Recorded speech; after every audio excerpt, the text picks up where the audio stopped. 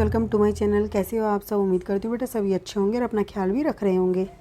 तो बेटा आज से हम अपनी 6th क्लास की एनसीईआरटी को स्टार्ट करने जा रहे हैं। हिंदी मीडियम की है ये, ठीक है। इसमें हम अपनी साइंस की हिंदी मीडियम की वर्कशीट को स्टार्ट करेंगे। इसकी सीरीज को कंप्लीट करेंगे बारी बारी से।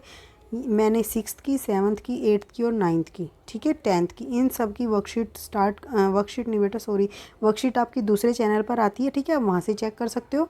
लेकिन जो एनसीईआरटी के चैप्टर हैं ये बहुत ज़रूरी है बेटा आप सब बच्चों के लिए पढ़ने और समझने, तो उनको मैं आपको यहाँ पर समझाऊंगी, ठीक है। तो चलिए स्टार्ट करते हैं। जो हमारा फर्स्ट है हमारा चैप्टर जिसका नाम है भोजन, यह कहाँ से आता है, ठीक है। और बेटा जो बच्चे 6th क्लास में अगर वो अब से अपनी पढ़ाई को अच्छे से करेंगे तो 12th तक अगर वो पढ़ते हैं तो बेटा उनका जितना भी बेसिक नॉलेज है वो उनका बहुत इम्प्रूव हो जाएगा, ठीक है, अगर आप एनसीईआरटी से बहुत अच्छे से समझोगे तो।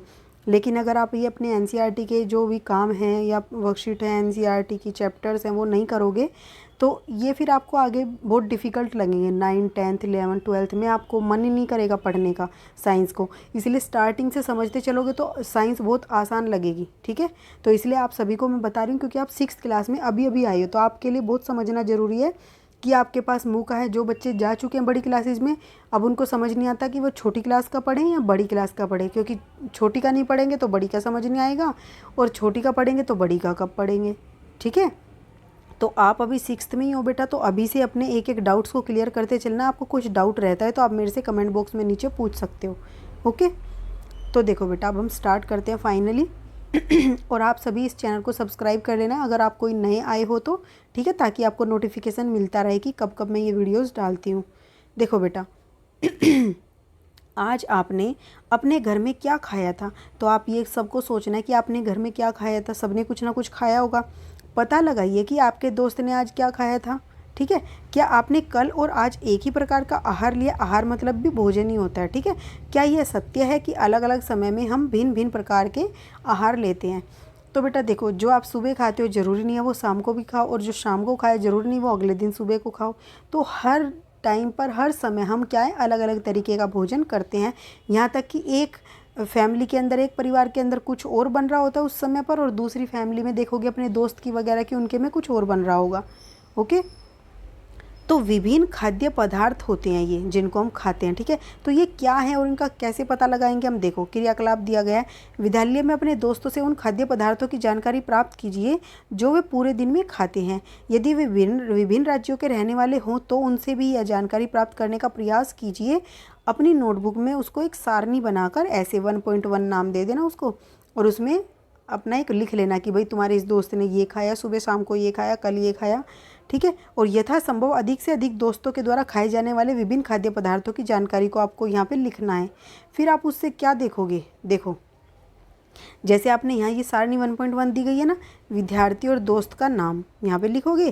पूरे दिन में खाए गए खाद्य पदार्थ, जैसे किसी ने सुबह दाल चावल खाए, दोपहर में क्या खाया, जूस पिया, फिर उसके बाद क्या किया, इवनिंग में चाय पी या कुछ, मतलब ऐसे सब चीज़ें लिखनी है हर एक दोस्त की, वो कैसे कैसे क्या क्या खाता है, ठीक है।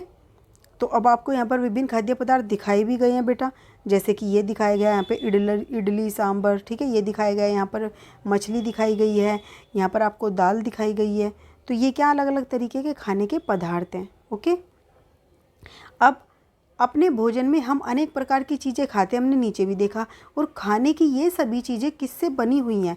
अब बात यहाँ आती है, खाना तो हम अलग अलग तरीके का खाते हैं लेकिन वो सारी चीज़ें बनती किस चीज़ की हैं?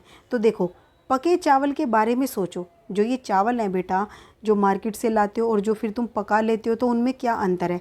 हम कच्चे चावल लेते हैं और उसे पानी में उबालते हैं। इसे तैयार करने में हम दो पदार्थों या संघटकों, देखो दो पदार्थों या संघटकों की आवश्यकता होती है। संघटक मतलब जैसे अब तुमने चावल बनाई है, चावल को बनाने के लिए जो जो तुमने मतलब कि चीज़ें इस्तेमाल किए जिनको हम सामग्री बोल देते हैं उनको क्या कहेंगे? संघटक हैं वो चावल के। क्या क्या यूज करते हो बेटा आप? पानी का इस्तेमाल करते हो, चावल का इस्तेमाल करते हो, ठीक है। दूसरी ओर कुछ भोजन तैयार करने में हमें कई संघटकों की आवश्यकता होती है। जैसे कि यदि हम सब्जी बनाते हैं तो हमें क्या चाहिए? अलग अलग कई प्रकार की कच्ची सब्जियां चाहिए। जैसे मान लो तुम क्या बना रहे हो, आप आलू की सब्ज़ी बना रहे हो तो आप उसके लिए क्या क्या चाहिएगा आपको? नमक, मसाला, तेल, हल्दी, जीरा, आलू चाहिएंगे, हरी मिर्च चाहिएगी, लाल टमाटर चाहिएंगे, कितनी सारी चीज़ें चाहिए होती हैं, ठीक है। तो एक ही चीज़ को बनाने के लिए, तो ये सारे संघटक हो जाएंगे। अब क्रियाकलाप 2 दिया गया है बेटा कि सारणी 1.1 में जो आपने सूचीबद्ध किए अपने दोस्तों से पूछ के चीज़ें, उनको छाटिए और अपने दोस्तों तथा घर पर चर्चा कर जानकारी प्राप्त कीजिए कि इनको बनाने के लिए कौन कौन सी सामग्री चाहिए। जैसे मान लो आपने यहाँ पर इडली सांभर की लिस्ट में नाम आया है एक बच्चे का, तो फिर अपने घर पर अपने परिवार में किसी से भी पूछो कि इडली सांभर बनाने में क्या ज़रूरत होती है। तो इडली भी किससे बनती है बेटा? सूजी से बनती है, ठीक है, और चावल से बनती है। फिर सांभर किस किस से बनता है, तो इन सभी की इंग्रेडिएंट्स को आपको लिखना है। इनको सारणी 1.2 में सूचीबद्ध करना है आपको। इस वाली सारणी में वस्तु का नाम लिखना है, उसमें प्रयुक्त कच्ची सामग्री का इस्तेमाल, ठीक है, और कुछ अन्य सूची भी। अब देखो जैसे यहाँ पर कैसे बनाना है। मान लो किसी ने रोटी खाई है, चपाती खाई है, तो रोटी बनाने के लिए क्या क्या चाहिए? हमें आटा चाहिए और जल बना चाहिए। उससे क्या करोगे तुम? आटा गूँथोगे और फिर उससे रोटियां बनाओगे। फिर दाल, अब दाल बनाने के लिए क्या क्या चाहिए कच्ची सामग्री में बेटा? कच्ची दाल चाहिए, ठीक है, जल चाहिए, नमक चाहिए, तेल, घी, मसाले, ये सब चीज़ें चाहिए, तब जाकर हमारी खाने योग्य दाल तैयार होती है, ठीक है। तो ये सारी चीज़ें क्या हो गई? जिनसे मिलकर कोई भी खाद्य सामग्री या खाद्य पदार्थ तैयार होता है, उसको हम कच्ची सामग्री बोलते हैं, ठीक है।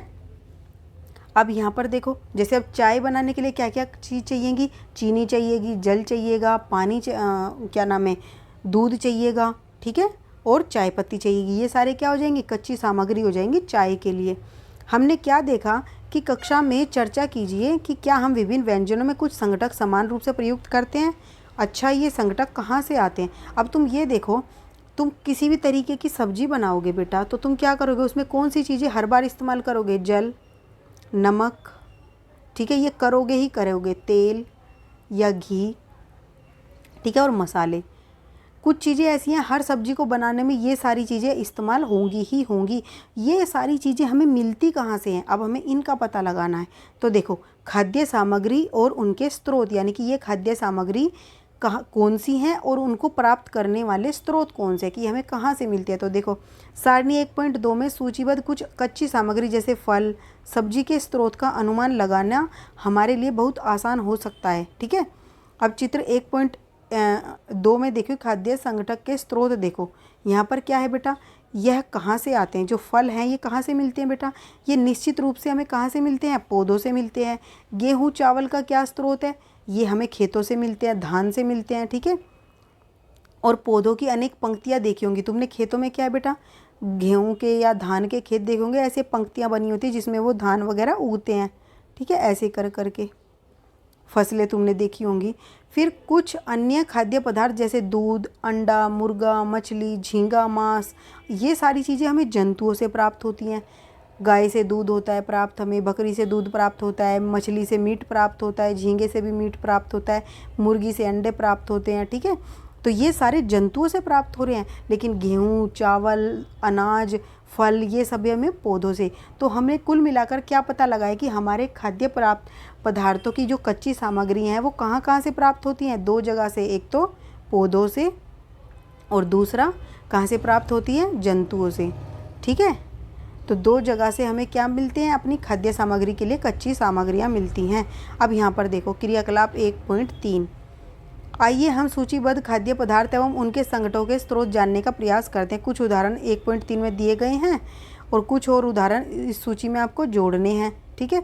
इसके रिक्त स्थानों की पूर्ति भी करनी है। क्रियाकलाप 3 में हम क्या निष्कर्ष निकालते हैं कि पौधे विभिन्न खाद्य संघटकों जैसे कि अन्न, सब्जी, देखो ये बेटा क्या दिखाया गया है, यहाँ पे तुम्हें गेहूँ की फसल दिखाई गई है जिससे गेहूँ तैयार होते हैं, ठीक है। सॉरी, ये धान का खेत है बेटा, गेहूँ का परिवहन, ठीक है। फिर ये गेहूँ है, ये जो फसलें हैं ये पक गए हैं गेहूँ, और ये तुम्हारी चावलों के धान की खेती है, ठीक है।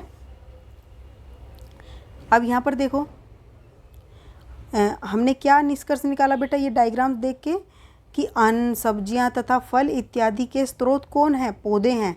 जंतुओं से हमें दूध, मांस, अंडे, अन्य जानवर उत्पाद हमें प्राप्त होते हैं, जैसे गाय, बकरी, भैंस, दूध देने के वाले कुछ सामान्य पशु हैं। दूध एवं विभिन्न दुग्ध उत्पाद जैसे कि मक्खन, क्रीम, ठीक है, ये मक्खन, क्रीम, घी, पनीर, दही का उपयोग संसार के प्रत्येक क्षेत्र में किया जाता है। क्या आप कुछ अन्य जंतुओं के नाम बता सकते हैं जो हमें दूध देते हैं? अब आपसे पूछा गया कि क्या आप जानते हो जो कुछ अन्य बता सकते हो? जैसे कि ऊँट है बेटा, ऊँट भी दूध देता है। बकरी दूध देती है, गाय दूध देती है, भैंस दूध देती है, ठीक है। ये सब क्या है, दूध देने वाले जानवर हैं। अब यहाँ पर देखो बेटा, यहाँ पर क्या दिखाया गया है, खाद्य व्यंजन, मतलब जो भोजन हमारा तैयार हो जाता है बनकर, उसको बनाने में क्या क्या चीज़ें चाहिए होती हैं।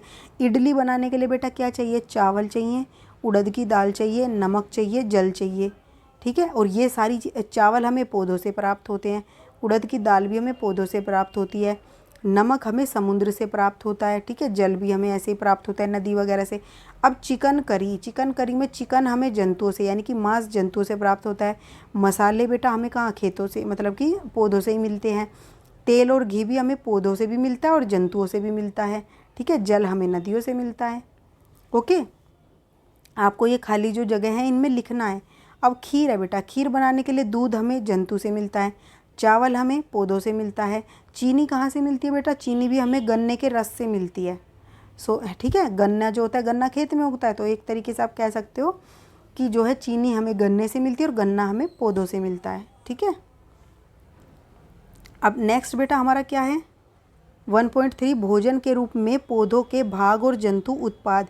तो ये वाला जो टॉपिक है बेटा हम अपनी नेक्स्ट वीडियो में करेंगे, ठीक है। इस वीडियो में इतना ही, उम्मीद करती हूँ आपको अच्छे से समझ आएगा। फिर भी कोई डाउट हो तो कमेंट बॉक्स में पूछ लेना। इस वीडियो में इतना ही, अपना नेक्स्ट टॉपिक जो है नेक्स्ट वीडियो में करेंगे। तब तक के लिए ऐसे हंसते रहिए, मुस्कुराते रहिए, पढ़ते रहिए और आगे बढ़ते रहिए। Thank you.